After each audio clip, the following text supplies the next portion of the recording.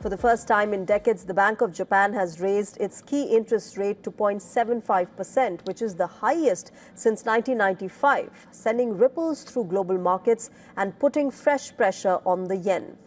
At its final policy meeting of the year, the Bank of Japan increased its benchmark interest rate by 25 basis points, lifting it to 0.75%.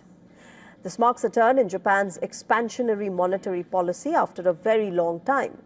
Since the 1990s, the Bank of Japan kept interest rates extremely low to spur spending and manage a national debt nearly 3 times the size of its economy.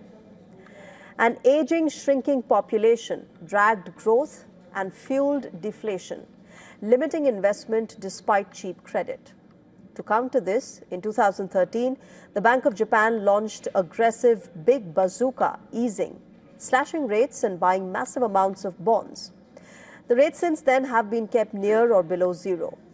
The Bank of Japan only began tightening in 2024, its first hike in 17 years to fight chronic deflation.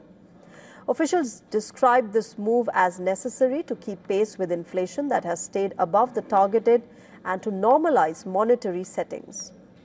Persistent price pressures driven by higher import costs and slower domestic demand have all pushed consumer inflation above the bank's 2% target for 44 months in a row. While business confidence in Japan has hit a year high in the 3 months ending December, the situation is expected to get worse in the next 3 months due to the impact of higher American tariffs and soft consumption. On top of that, the Japanese yen was one of the worst performing major currency against the US dollar in 2025. Now, this combination gave policymakers the confidence to act. Bank of Japan Governor Kazuo Ueda has repeatedly signaled that Japan is shifting to a tighter monetary policy. The rate hike carries broad implications for Japan's economy. The yen, which was fragile and volatile ahead of the decision, strengthened slightly after the announcement. A stronger yen could cut import costs, and the tighter policy could help Bank of Japan to better anchor inflation expectations and avoid entrenched price pressures that could erode incomes.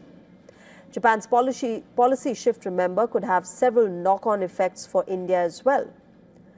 A hawkish Bank of Japan can strengthen the yen and alter global trade dynamics. Japan is also a key partner for India in trade, tech, and infrastructure financing. And a slowdown due to tighter financial conditions in Japan could temper capital flows and cross-border investment appetite. This move could also reduce foreign institutional demand for Indian assets in the short term, as Japan might come up as a better option for investors. Japan's rate decision signals a new chapter for the world's third largest economy, balancing inflation control with growth risks.